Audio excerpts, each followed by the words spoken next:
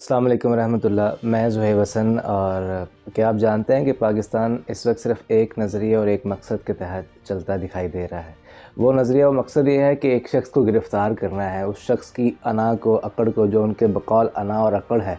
اس کو توڑنا ہے، اس کی ضد کو شکست دینی ہے، اس کے ارادوں کو ہرانا ہے، اس کو توڑنا ہے، اس کو جھنجھوڑنا ہے، اس کے زخموں کو کریدنا ہے تاکہ وہ دوبارہ چلنے کے قابل نہ رہے اور کسی اور کو چلنے کی اور خواب دیکھنے کی امید نہ رہے، اس کا اپنا کوئی خواب نہ رہے اور وہ کسی کو بھی خواب دیکھنے کی امید نہ دے۔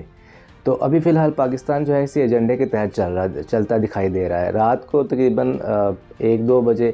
یا اسی پہر میں کوئی ملاقات ہوتی ہے پولیس حکام کی، اور اس ملاقات سے خبر جو ہے عمران خان تک زمان پارک میں پہنچ جاتی ہے۔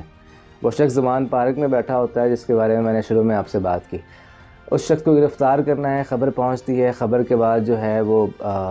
یہ خبر جنگل میں آگ کی طرح پھیلتی ہے، اور عمران خان کے چاہنے والے، اس کے دیوانے جو ہے اس کی رہائش گاہ کے قریب پہنچ جاتے ہیں، وہیں پہ بیٹھے ہوتے ہیں، ابھی آخری خبروں تک وہیں پہ رہیں گے۔ کچھ لوگ آ رہے ہیں پھر جا رہے ہیں، اس طرح جو وہاں پہ لوگ جوک در جوک بیٹھے ہوئے ہیں، دھرنا بھی دیا ہوا کچھ لوگوں نے۔ تو وہ اس لیے موجود ہیں کہ تاکہ عمران خان تک پہنچنے سے پہلے ان کے اوپر سے گزرا جائے، ان کی لاشوں سے گزرا جائے، اس سے پہلے عمران خان کی کسی بھی قسم کی غیر قانونی، غیر آئینی گرفتاری نہیں ہو سکتی۔ بہرحال یہ جب بات پہنچی تو بارش بھی موجود تھی، ٹھنڈ بھی تھی، لیکن اس کے باوجود جو ہیں وہ جذبے جو ہے وہ جوان اور گرم تھے، اور لوگ وہاں پہ پہنچے اور ہجوم میں پہنچے، اپنے بچوں کو لے کر بھی پہنچے۔ تو یہ ایک محبت تھی جو اپنے لیڈر سے تھی، اور اس محبت کو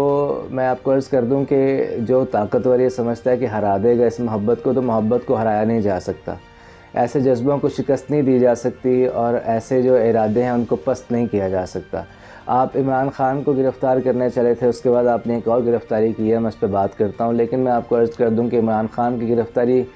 بالفرض محال اول تو نہیں آپ کر سکتے، کیونکہ اس کے لیے آپ کو کئی لاشیں بچھانی پڑیں گی، اور میرا خیال ہے کہ ابھی پاکستان کے سوچ بچار کرنے والے لوگوں میں، پالیسی میکرز میں اتنی غیرت تو باقی ہے کہ اتنی لاشیں نہیں بچھائیں گے۔ آپ مجھے کسی کو بھی فرداً گرفتار کر سکتے ہیں، لیکن سارے پاکستانیوں کو کی لاشیں بچھائیں گے؟ کیسے سارے پاکستانیوں کو گرفتار کریں گے؟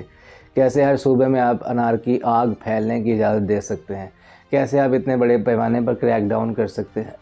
ویسے تو طاقت استعمال کرنے کی ہسٹری بہت پرانی ہے، میں اس پہ بات کرتا ہوں، لیکن بہرحال ایسا نہیں ہو سکتا، اور ایسا کرنے کی کوشش جو ہے ایک دیوانے کا خواب ہے، کیونکہ چیک کیا گیا کہ آیا ہم کر سکتے ہیں کہ نہیں کر سکتے، تو رات کو چیک کرنے کے بعد یہی رپورٹ تیار کی گئی ہے کہ فی الوقت نہیں ہو سکتا۔ اور میرا خیال ہے کہ جس طرح پاکستان کی قوم کی والہانہ محبت ہے، اور میں قوم اس لیے کہتا ہوں کہ ایک بڑے پیمانے پہ ووٹ پڑا ہے، اب کسی کو جلن ہو یا کوئی اس کو جھوٹ سمجھے تو وہ اپنی ایک اس کی ریسرچ ہے، یا اپنی اللہ سے دعا ہے کہ اس کو آرام پہنچے، لیکن یہ ہے کہ 1.5 کروڑ سے اوپر اس کو ووٹ پڑا ہے، اس کی صوبہ میں نمائندگی ہے، اور اس کی محبت بھی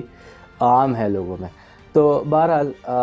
اس کو اس لیے آپ گرفتار نہیں کر سکتے، اور اس کے جو دیے گئے خواب ہیں، خواب ان کو آپ چرا نہیں سکتے، ان خوابوں کو آپ توڑ نہیں سکتے اب، کیونکہ پاکستانی قوم نے بہت حد تک برداشت کر لیا، اب یہ بہت ہو چکی ہے۔ اب تو لوگوں نے یعنی خودکشیاں بڑے پیمانے پہ شروع کر دی ہیں۔ ویسے تو ہمیں کافی عرصے سے سنتے آ رہے تھے ہر دور میں خودکشی ہوتی ہے، لیکن دور نہیں بدلے۔ جب کوئی ادوار بدلنے کی طرف جاتے ہیں، جب شرح نمو 2 سال مسلسل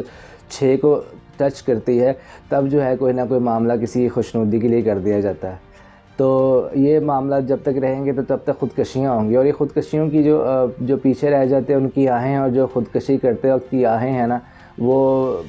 شاید کو طاقتور سمجھتا ہو کہ اس کو نہیں لگتی، لیکن وہ جہاں تک اور جب لگے گی تو تب لگ پتہ جائے گا۔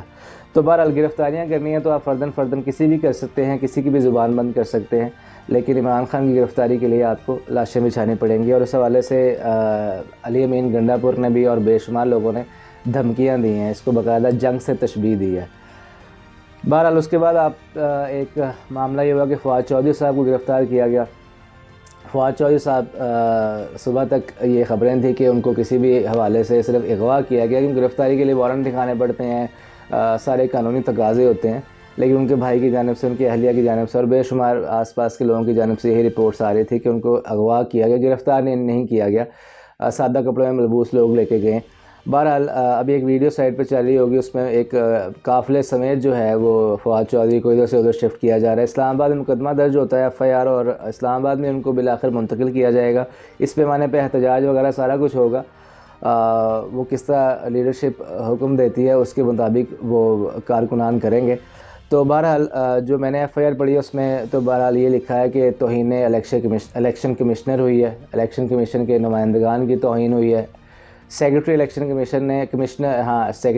کمیشن نے یہ درخواست تھانہ اسلام آباد کوہسار کے تھانے میں مقدمہ درج کروایا کہ جی ہمارے جو ہے نا ہمارے خلاف بات کی گئی ہے، ہمیں منشی کہا گیا ہے کہ جی ہمارا جو الیکشن کمشنر ہے وہ منشی ہے، جو حکم آتے ہیں اس پہ صرف سائن کر دیتے ہیں، اس سے بے پرواہ ہو کے کہ اس کے نتائج کیا ہو سکتے ہیں، اور یہ ہے کہ ہماری فیملیز کے لیے تھریٹس ایک قسم کے جو ہے وہ جاری کیے گئے ہیں فواد چودھری کی طرف سے۔ فواد چودھری صاحب کی جو تقریر کا انہوں نے حوالہ دیا وہ کل ہوئی ہے، اور اس کا حوالہ ہی FIR میں درج ہے کہ فواد چودھری نے کہا کہ ہم نے آپ کو کہا بھی تھا، ایک سیاق و سباق ہے پورا، کہ ہمارے جو خلاف لوگ ہیں جن کے خلاف ہم مقدمات چلا رہے ہیں ان کو آپ نہ لے کے آئیں پوسٹنگز پہ، لیکن لایا گیا۔ جس طرح کہ CCPO لاہور جو لگے ہیں بلال صدیق کمیانہ، وہ بھی ان کے بارے میں کہا جاتا ہے کہ 25 مئی کے جو معاملات ہوئے تھے جس میں کافی حد تک ظلم و زیادتی ہوئی تھی سیاسی ورکر سے، تو اس میں ہی وہ ملوث تھے، تو ان کے احکامات بھی تھے۔ تو بہرحال ایسے افسران کو لائیں گے تو پھر عوام کا فرض بنتا ہے کہ ان کو گھر تک چھوڑ کے آئیں، اس طرح کی بات فواد چودھری نے کی ہے۔ بہرحال سیکرٹری الیکشن کمیشن نے یہ نہیں سوچا کہ بہرحال اس نے کس سیاق و سباق پہ بات کی ہے۔ سیاق و سباق تو باقاعدہ عدلیہ کو دیکھنا چاہیے کیا سیاق و سباق تھا، لیکن جو ایک ظلم کی داستان کا حوالہ فواد چودھری نے بھی دیا تھا وہ تو موجود ہے، اور میرا خیال ہے قانونی اور آئینی تقاضے یہ ہوتے ہیں کہ جو کیئر ٹیکر سیٹ اپ ہوتا ہے، نگران سیٹ اپ، اس میں ایسے لوگ تعینات کیے جائیں، ایسے لوگ مسلط کیے جائیں جن کا دامن جو ہے کسی حد تک پاک ہو۔ سب کا دامن تو پاک نہیں ہوتا لیکن کسی حد تک پاک ہو۔ تو بہرحال اب جو ایجنڈے پہ واپس آ جاتے ہیں کہ اب عمران خان کو گرفتار کرنا ہے، اور وہ لوگ بڑا ڈھول بجا رہے ہیں خوشی سے فواد چودھری کی گرفتاری پہ بھی، اور ممکنہ طور پہ یا خواہش کے طور پہ عمران خان کی گرفتاری جو کرنا چاہتے ہیں اس خبر پر بڑا ڈھول بجا رہے ہیں سیاسی ورکرز بھی کچھ، اور کچھ دانشور بھی جو اپنے طور پہ ہیں۔ تو میری گزارش یہی ہے کہ دیکھیں جی، ماضی جو ہے کسی کا نکاح، کسی کا ماضی، یا جو بھی آپ معاملہ ڈسکس کر رہے ہیں وہ آپ ضرور کریں، آپ کا ایک شیوا ہے، آپ کا طریقہ ہے، ضرور کریں، لیکن بات یہ ہے کہ ایک چیز یاد رکھیں، میں اس پہ بحث نہیں کروں گا فی الحال کہ کیا صحیح ہے کیا نہیں صحیح، یہ کرنا چاہیے آپ کو، یہ نہیں کرنا چاہیے۔ سب سے پہلے تو آپ نے اپنا ماضی دیکھنا ہے کہ آپ کی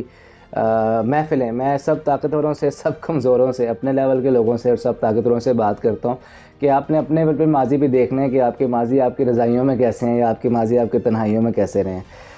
تو یہ آپ نے ماضی اپنے دیکھنے ہیں، اور اس کے علاوہ یہ ہے کہ آپ دیکھیں گے آپ پر بھی یہ وقت آ سکتا ہے جو پولیٹیکل ورکرز ہیں، کل کو جو ہے وہ سدا بہار اس طرح کی نہیں رہتی ہر ایک کے لیے، تو کل کو اگر آپ کسی کی بھی طاقت پر خوشی کا اظہار کر رہے ہیں، کسی غیر جمہوری قوت کی طاقت پہ بھی، تو کل کو اگر وہی غیر جمہوری قوت آپ پر اسی طرح استعمال ہوئی یا اس سے بھی شدت سے استعمال ہوئی، تو پھر آپ کی خوشی پر، آپ کے غم میں کوئی آپ کے ساتھ دینے والا نہیں بچے گا۔ تو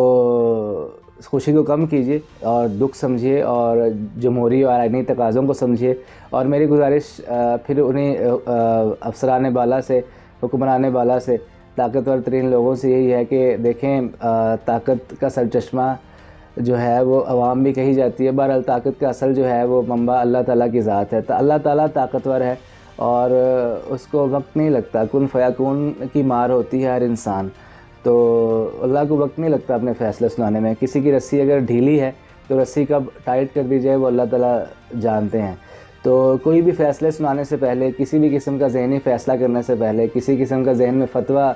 درج کرنے سے پہلے یہ سوچ لیں کہ طاقت اللہ کی ذات کے ساتھ ہے، اور ہم نے سب نے قبر کا رخ دیکھنا ہے، ایک دفعہ قبر نے ہمیں اپنے باہوں میں لینا ہے، اور موت سب کو آنی ہے، اور اس کے بعد حشر میں سب نے اکٹھے ہونا ہے۔ تو حشر میں تو فیصلے ہو جائیں گے کہ کون جیتا ہے کون ہارا۔ تو اپنا بہت خیال رکھیے گا۔ السلام علیکم ورحمۃ اللہ۔